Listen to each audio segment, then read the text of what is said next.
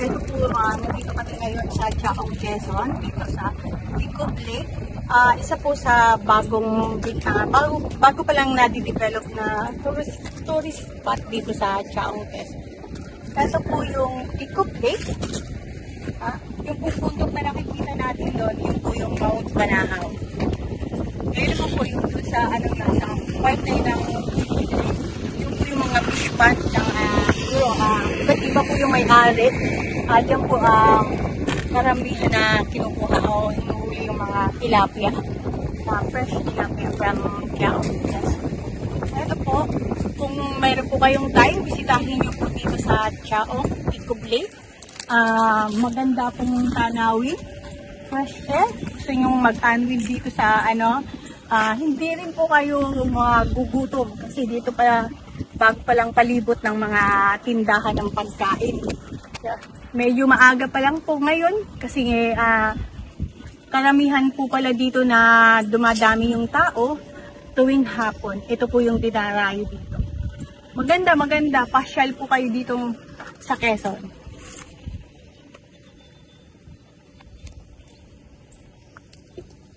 Dito po, hindi natin nakikita pa na maraming namamasyal sa ngayon kasi sobrang aga pa.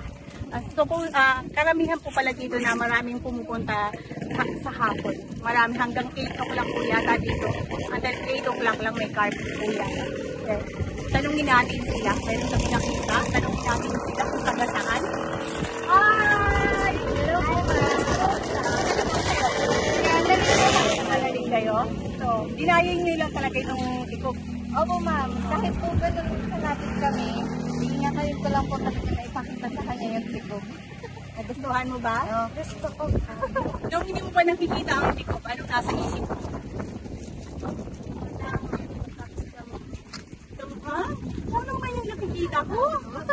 Hindi pa po kasi niya na talaga yung Ticob kasi yan po dun sa pag-aaral ng mga bata. Minsan lang po namin mailabas. Kasi yung asawa ko naman po may trabaho. Kaya hindi rin po namin na kaya. Ini-enjoy ko po sa kanya ngayon yung Ticob. Tangkiliki ng sariling ate. Yes po ma'am. Pinarayo. Makalangat ko lang po ng fresh air. Ang galing stress po. Huwag kalimutan, like and subscribe my YouTube channel. Simple and Okay. Thank you ma'am. Thank you. Hello po. Andrea. Saan po kayo? Layo. Paano yung nalaman nitong Ticob Lake? Yung dalawa? Taga dito sila? Hindi po. Taga doon din po. Walang nag-guide sa inyo papunta dito? Wala po. Anong ginamit nyo? Nag-waze kayo? Hindi po. Alam po nila. O first time niyo dito sa Ticob? Oo, lang. So ano masasabi niyo sa Maganda po. May chicks ba doon? Wala po. Nag-aalam po sa view. Yun. So, maganda yung view. Fresh air. Diba? So, itang kiliki ng sariling atin. Diba? Ito yung isa sa pinagmamalaki ngayon ng Chaong, Quezon. Okay? Mama siya.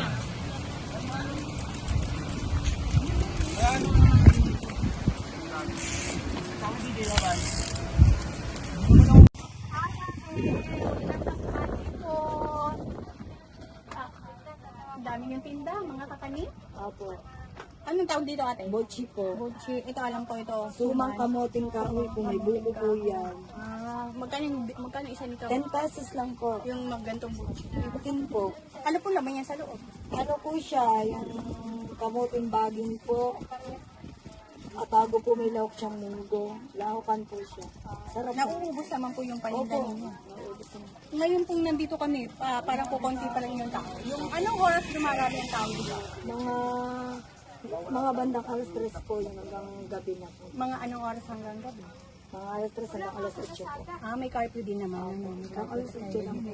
Ito po, ang stool nila. Meron silang tindang Opo, halo-halo. may kanya-kanya pong permit. Halo-halo for only 25 pesos. Cheese stick, 4. May siomay. May siomay, merong suman. Kung ano-ano pa dito. Talagang hindi magugutom yung namamasyal dito. Ate, ano ibig sabihin ng Ticob? Hindi ko po alam yun. Alam mo, buhay na medyo sila na po. Tinawag lang po yan. Pagkatao ko na, pagkabata ko ng tikob na kung tagal. Walang Hindi ka ako lumapit sa natin. Dito na po talaga kayo. Ano tong ano nyo? Kailan po kayo nag-start dito na magtinda? Ito pong na-develop ito, nagawa. Nag-start na po. Maganda mayroon tayong ano kasi isa siya sa source of Para income po, nyo, di ba? pag po nagugutom mga tao na mamasyal, may makakalinan po sila. Saka hindi, malaking tulong kasi nabibigyan tayo ng other source of income. Opo. Dagdag sa ating ano ay pangkat. Napakalaki po Diba? ito. Salamat ate, salamat. Hindi, taga dito lang din ako. May bahay kami dyan sa Yung Santa ano mo, Angel? na ano. Are, Mga, ano mo sa cellphone? mga kamag-anak ka namin kabasyo. Baka nakikilala niyo sila, tita. Erika! Isa naman pong tindahan namin ng dulo. I-like ko sila. Mga paninda natin. Ang pakala. Simple M. Simple M. Charity yung sa akin, pero sinasamahan ko nito. Total taga dito na rin kasi ako. Ako na po ba? Kuya, ilan na kayo? Mayroon pa pang tali eh. Meron din pong Kuya, ilan ang bibilin mo? Dalawa, okay na yung dalawa. Magdala ka sa inyo. Sige. okay naman yan pagpapaluin. Hindi ito mapapani sa akin. Hindi po. Bago mo ito Ako yan. Opo, mga bata. Ilan sa'yo nito? Kahit ilan, apat na parang pwede na yun, walang kakain siya doon. Walang kakain. Titig 5 kayo. Sige. Ako lang kakain tapos magkakape.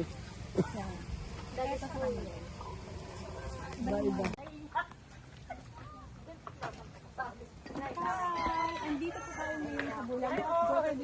Kuya, ito po yung nag-iisang bulaluhan dito sa Ticob Lake. Pasok po tayo.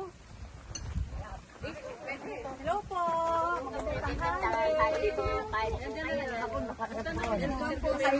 Ito po siguro si ate ang tagaluto. Opo. Masarap po bang luto? Ito po ang aming Bulalo. Ito, hi ate! Kumusta po kayo? Ano po dito na po? Taga saan po kayo ate? San Pablo. Layo Paano niyo po nalaman itong Ticob Lake? Sa Facebook lang. Sa Facebook. Mga nag-upload din sa Facebook. Naghahanap po kami ng lake na iba naman. Sa San Pablo, marami ng lake. Meron pala dito ng lake. Bagong bukas nila. Kumusta po pagkain natin? Sarap po. Masarap po. Maganda. Mura ang serving nila? Opo. Yan. Kasi sa likod mo, ready ng buhanin ng At ikaw ano, Neng? Ano masasabi mo sa Ticob Lake? First time mo makapunta. Akala mo ba yung Ticob Lake ay pwede tayong maligo? Mag-swimming? Nag-expect ka bang magsuswimming tayo? Nag-expect ka ba na mag-swimming kayo lang ng mami at daddy mo? May dala ka bang panligo? Wala.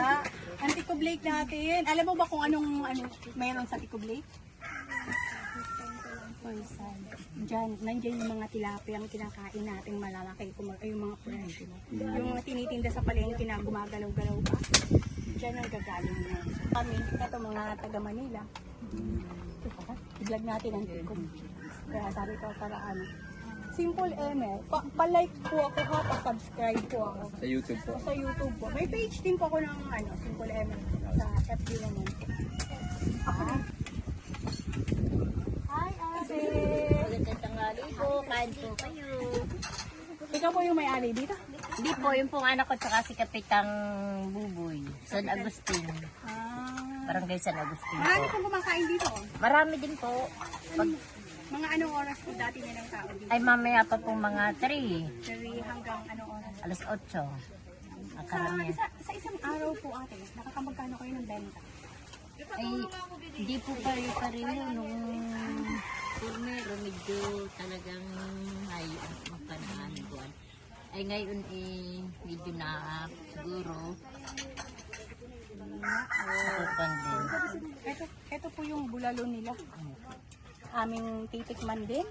Kung luto ni ating masarap. Sila lang po yung may bulaluhan dito sa Ticob Lake. Yeah.